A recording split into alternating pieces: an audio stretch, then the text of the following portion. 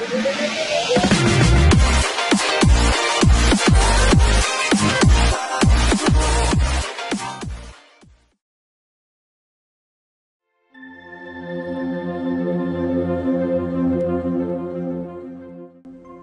Attash قسط number 26۔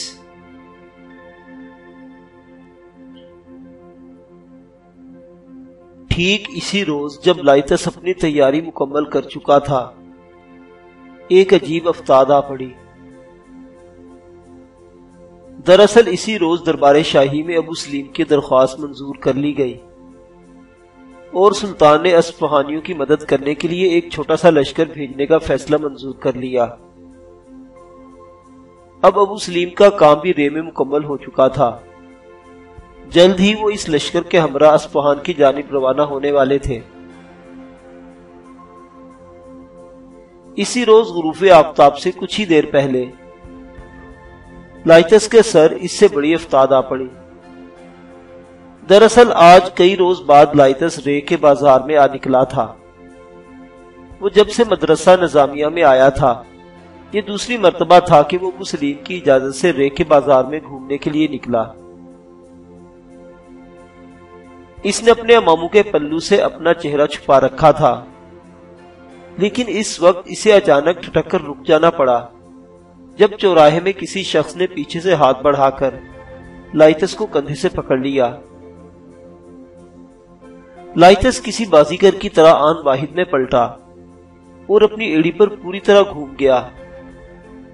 اس کا داہنا ہاتھ اپنی شمشیر کے دستے پر تھا، لیکن جو ہی اس نے مڑ کر دیکھا، مارے حیرت کے اس کے پیروں تلے سے زمین نکل گئی۔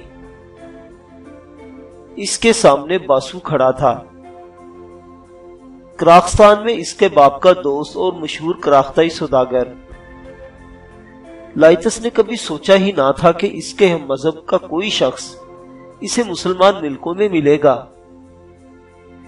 اسے یاد نہیں رہا تھا کہ کرخستان کے سوداگر اپنا مال و اسباب بیچنے اور دوسری اشیاء خریدنے کے لیے سلطنت سلجوق میں بے خطر آیا کرتے تھے۔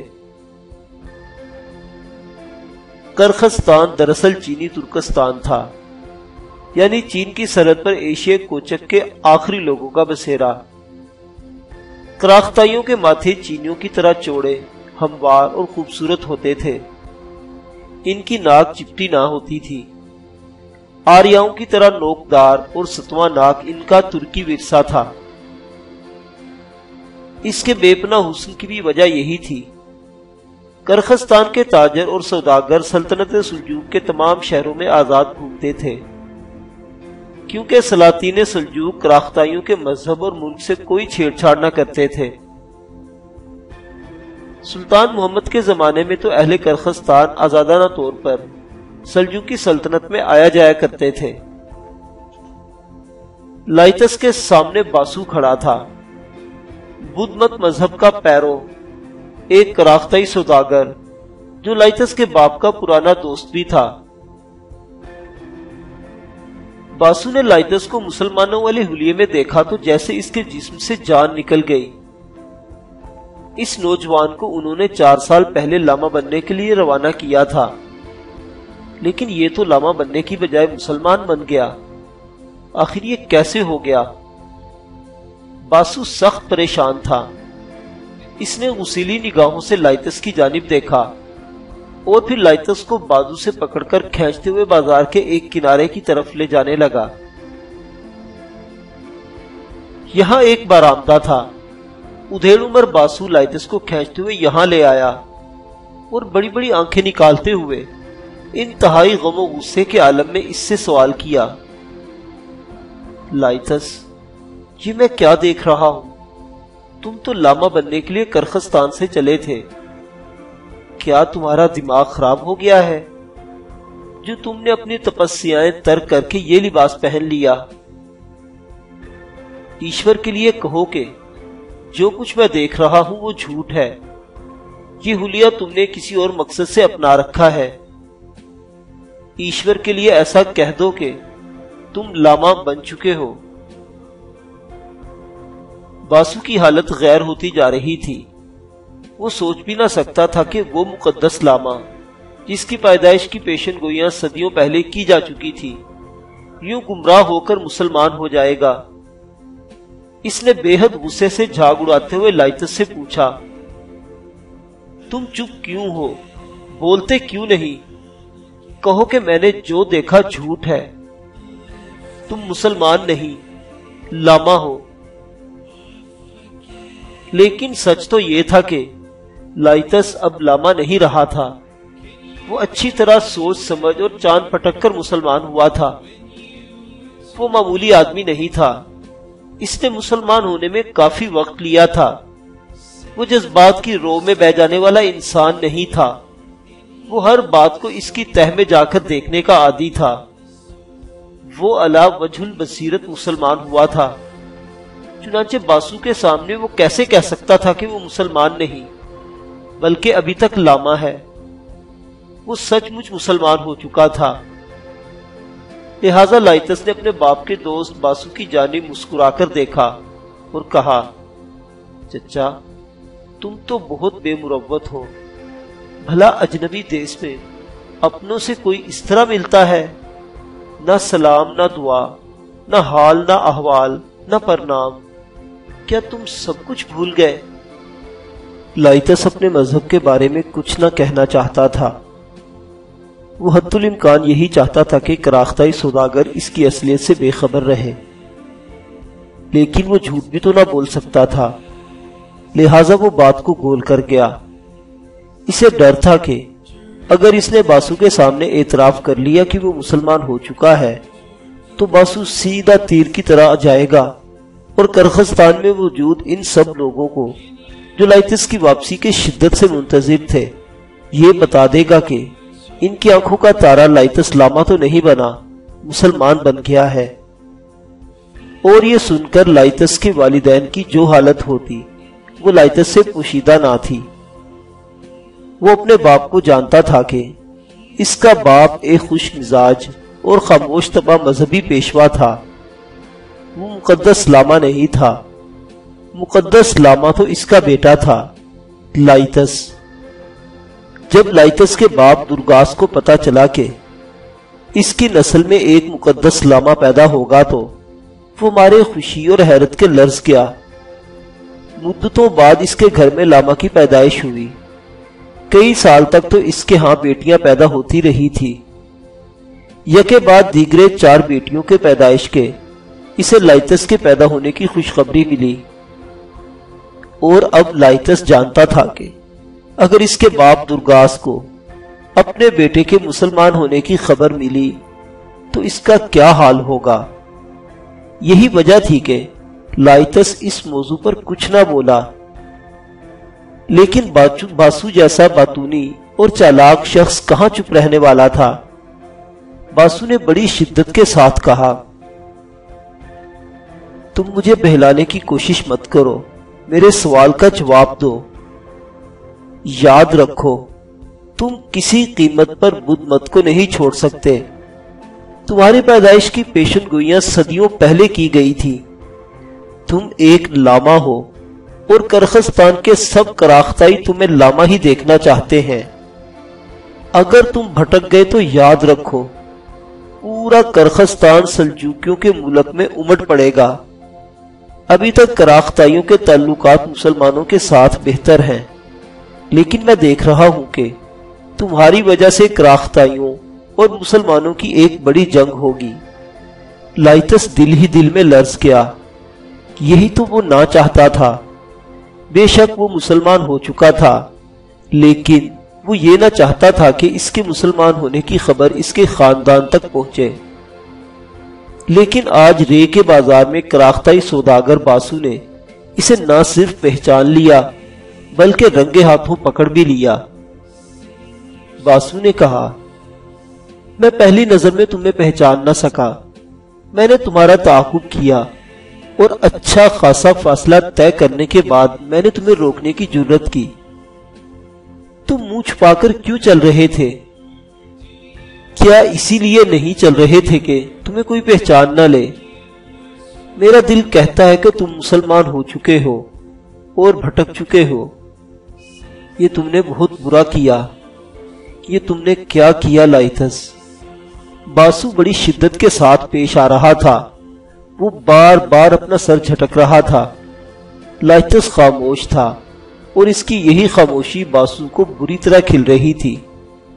باسو بار بار پوچھتا رہا، لیکن لائتس نے ایک بار بھی اس کی بات کا جواب نہ دیا، یہاں تک کہ باسو نے بھڑک کر لائتس کا بازو چھوڑ دیا اور بغیر مزید کچھ کہے آنسو سے تتر بتر آنکھیں لیے واپس مڑ گیا۔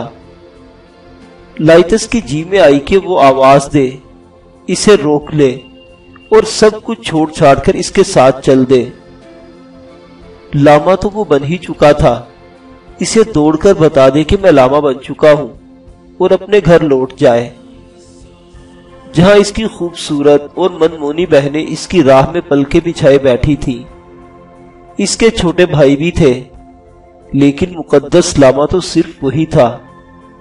اس کے جی میں آئی کہ باسو کے ہمراہ ہی لوٹ جائے، اسے اپنا گھر اور قصبہ کی طرف، جہاں سب لوگ اس سے پیار کرتے تھے، سب لوگ اسے چاہتے تھے، لیکن وہ ایسا نہ کر سکا۔ یکایک اس کی نگاہوں کے سامنے نادرا کا حسین چہرہ گھوم گیا، حالانکہ وہ نادرا کی وجہ سے مسلمان نہیں ہوا تھا۔ نادرا سے تو اس نے کہہ دیا تھا کہ وہ واپس لوٹ جائے گا کرخستان کی طرف۔ مسلمان تو وہ ابو سلیم بغدادی کے ساتھ رہائش پذیر رہنے کی وجہ سے ہوا تھا، جہاں اسے علوم جدیدہ کی حیران کن دنیا نے اپنا گرویدہ کر لیا۔ وہ بنیادی طور پر ایک دانا اور فہیم انسان تھا۔ حقائق اور سچائیاں اس کے سامنے روزے روشن کی طرح عیاں ہوئی تو اسے مسلمان ہونا ہی پڑا۔ چنانچہ اس نے باسو کو پیچھے سے آواز نہ دی۔ لائتس کے لیے آج کا دن بہت عجیب تھا۔ یہاں سے قلعہ الموت جانے کے لیے اس کی تیاری بے شک مکمل تھی، لیکن وہ اس وقت تک رے کو چھوڑنا نہیں چاہتا تھا جب تک ابو سلیم بغدادی رے کو چھوڑ کر اصفہان کی طرف نہ چل دیتے۔ انہیں سلطان نے لشکر دینے کا فیصلہ کر لیا تھا۔ سعد الملک نے حد سے زیادہ مخالفت کی، لیکن بالآخر اہلیان دربار کے سامنے ابو سلیم کی تقریر کارگر ثابت ہوئی اور بادشاہ نے 500 سپاہیوں پر مشتمل ایک چھوٹا سا لشکر باطنیوں کے قلعے کو سر کرنے کی غرض سے روانہ کرنے کا حکم دیا۔ لیکن یہ سلطان محمد کی بھول تھی۔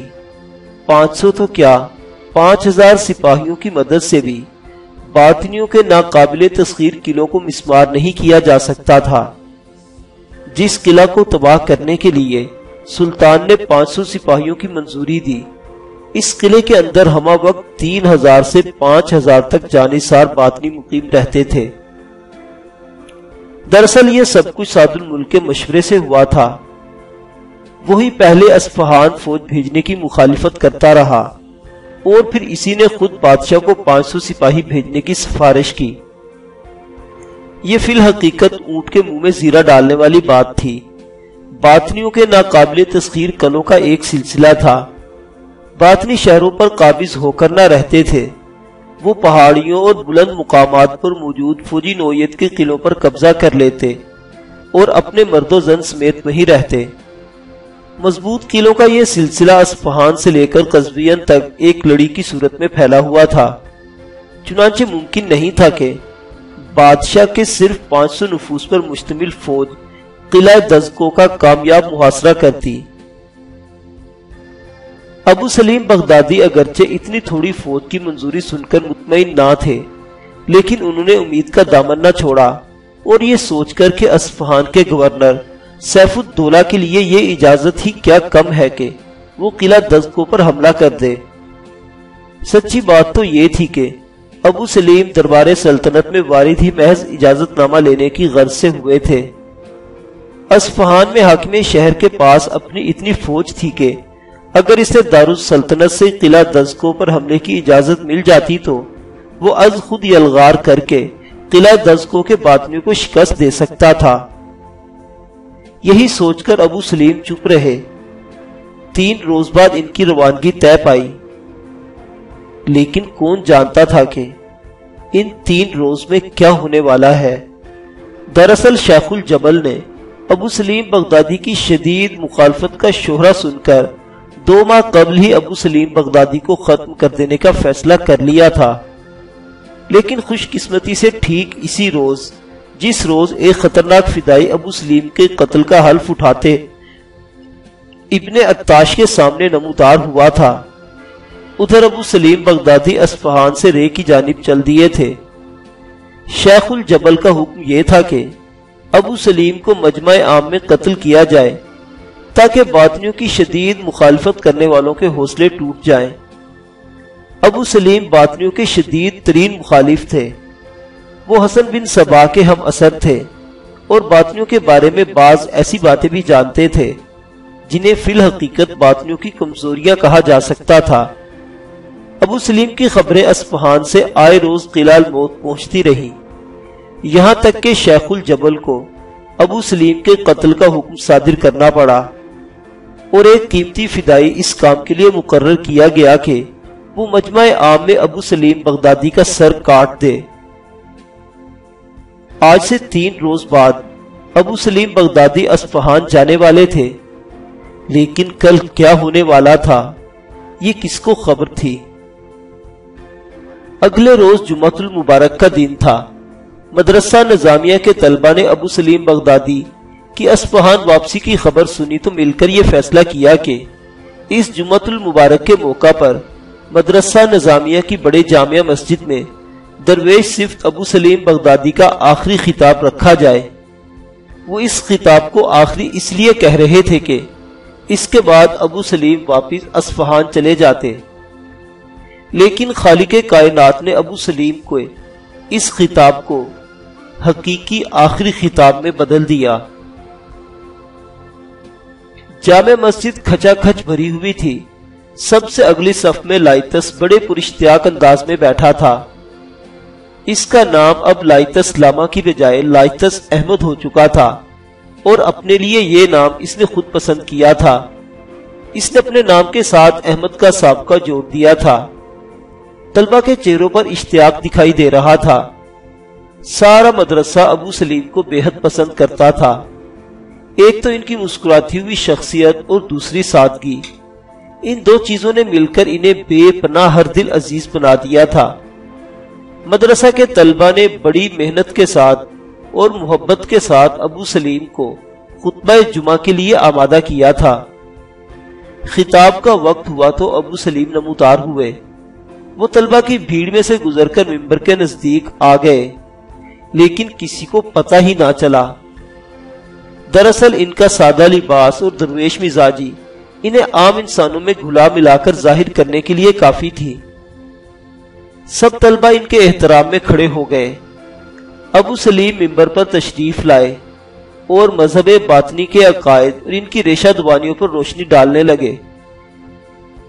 ٹھیک اس وقت جب وہ حسن بن صباح کے واقعات سنا رہے تھے، مجمع سے ایک لمبا تڑنگا نوجوان جو حلیے سے مدرسہ نظامیہ کا ہی طالب علم دکھائی دیتا تھا، کسی تیر کی طرح نکلا اور پلک جھپکنے کی دیر میں ممبر تک جا پہنچا۔ ایک لمحے کے لیے تو کسی کو سمجھ ہی نہ آئی کہ کیا ہو رہا ہے۔ لائتس بری طرح بوکھلا گیا اور بے اختیار اپنی جگہ سے اٹھ کھڑا ہوا، لیکن اس سے پہلے کہ وہ آگے بڑھ کر خطرناک فدائی اپنا کام کر چکا تھا۔ فدائی کا نوکدار خنجر ابو سلیم کی گردن پر کسی تیزدار چھری کی طرح چل چکا تھا۔ جمعہ کی نماز کے لیے آیا ہوا سارا مجمع یک لخت ہکا بکا رہ گیا۔ ہر شخص جہاں تھا ایک بار تو وہیں کسی پتھر کی طرح جم گیا۔ یہ صرف لائتس تھا جو آسمانی بجلی کی طرح حملہ آور فدائی پر جھپٹا اور اسے زمین پر گرانے میں کامیاب ہو گیا، لیکن فدائی بھی گویا چھلاوا تھا۔ وہ آج واحد میں دوبارہ اٹھا اور اگلی صف کے سامنے سے ایک طرف بھاگ نکلا۔ لائتس کے پاس وقت صرف لمحوں میں تھا۔ اسے ابو سلیم کی مدد کے لیے جانا چاہیے تھا یا قاتل فدائی کے تعاقب میں۔ اس نے ایک لمحے میں فیصلہ کیا کہ ابو سلیم کو بچانے کے لیے تو سینکڑوں نوجوان موجود ہیں، لیکن فدائی کے تعاقب میں کوئی نہیں، تو وہ بھی فدائی کے تعاقب میں لپکا۔ فدائی کی رفتار سرپٹ دوڑتے گھوڑے جیسی تھی۔ لائتس کو اپنی آخری حد تک زور لگانا پڑا۔ لائتس کسی چیتے کی طرح لمبی لمبی چھلانگیں لگاتا دوڑتے ہوئے فدائی کے عقب میں جا پہنچا۔ فدائی اس وقت تک مسجد کی صحن کی چھوٹی سی دیوار عبور کرنے کے لیے چھلانگ لگا گیا۔ وہ دیوار کے اوپر سے کسی پرندے کی طرح اٹھتا ہوا دوسری طرف جا گرا، لیکن لائتس تو پہلے ہی کسی چیتے سے زیادہ چست نوجوان تھا۔ لائتس نے اس سے بھی لمبی چھلانگ لگائی اور دیوار کے اوپر سے اٹھتا ہوا ٹھیک فدائی سے ایک لمحہ بعد اسی جگہ جہاں تھوڑی دیر پہلے فدائی گرا تھا آ رکا۔ اب لائتس فدائی سے صرف 2-4 قدم ہی پیچھے تھا۔ فدائی کو اپنے جان کی بچانے کے لالے تھے۔ وہ اپنا تمام تر تجربہ صرف کرتے ہوئے فرار ہو رہا تھا، لیکن لائتس کو ابو سلیم کے قاتل کو پکڑنا تھا۔ یہی وجہ تھی کہ وہ بھی اپنی زندگی کے سب سے زیادہ تیز دوڑ اس وقت لگا رہا تھا۔ مسجد بہت پیچھے رہ گئی اور دونوں دوڑتے ہوئے کافی دور تک نکل آئے۔ فدائی جان بوجھ کر ایسے راستوں پر دوڑ رہا تھا جو آنے جانے والوں کی تعداد کم تھی۔ یہ وہی فدائی تھا جو تقریباً 1 ماہ قبل ابن عطاش کے پاس آیا تھا اور اس نے ابن عطاش کو دعوت خانے سے متعلق شیخ الجبل کا پیغام دینے کے ساتھ ساتھ یہ بھی بتایا تھا کہ اسے ابو سلیم بغدادی کے قتل پر مامور کیا گیا ہے۔ اس نے یہ بھی بتایا تھا کہ اسے ابو سلیم بغدادی کو مجمع عام میں قتل کر دینے کا حکم دیا گیا ہے۔ فدائی بھاگتا بھاگتا ایک ایسی گلی میں آ پہنچا جو بالکل سنسان پڑی تھی۔ اس گلی میں پہنچتے ہی وہ تھوڑا سا دوڑنے کے بعد یک لخت رک گیا، لیکن لائتس کو اس طرح رکنے کی ذرہ بھر توقع نہ تھی۔ چنانچہ لائتس فوری طور پر خود کو روک نہ سکا اور کسی طوفان کی طرح فدائی کے پاس سے نکلتا چلا گیا۔